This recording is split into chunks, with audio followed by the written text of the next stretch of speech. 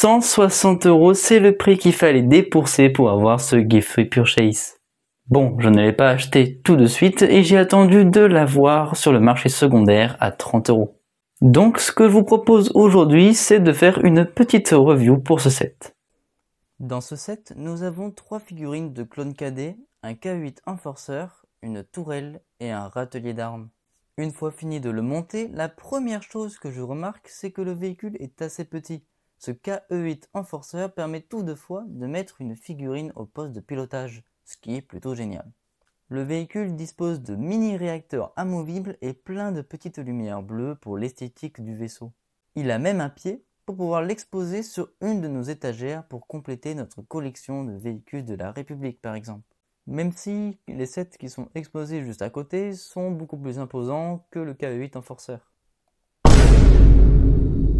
Ensuite, dans cet ensemble, nous avons une petite construction appelée râtelier d'armes pour que nos clones cadets puissent ranger leurs armes ou les prendre pour aller s'entraîner. Je trouve l'idée franchement pas mal, même si ça aurait été cool que la construction ait plus d'emplacement pour avoir un peu plus de variété en équipement. Puis, nous avons une petite tourelle qui n'a même pas de lance-tenon pour avoir de la jouabilité, ce qui est très étonnant, mais par contre, je trouve la construction fidèle à ce qu'on peut voir dans les films ou séries Star Wars. Pour terminer, le meilleur pour la fin, les figurines. Lego nous ont fourni de très jolies figurines exclusives pour ce set et je les trouve magnifiques. Les figurines sont identiques à part l'arme qui est différente pour chaque figurine. Il y en a une avec un pistolet d'officier, un pistolet de commando et un pistolet de précision pour les tireurs d'élite. Ça ne vous fait pas penser à quelque chose, vous?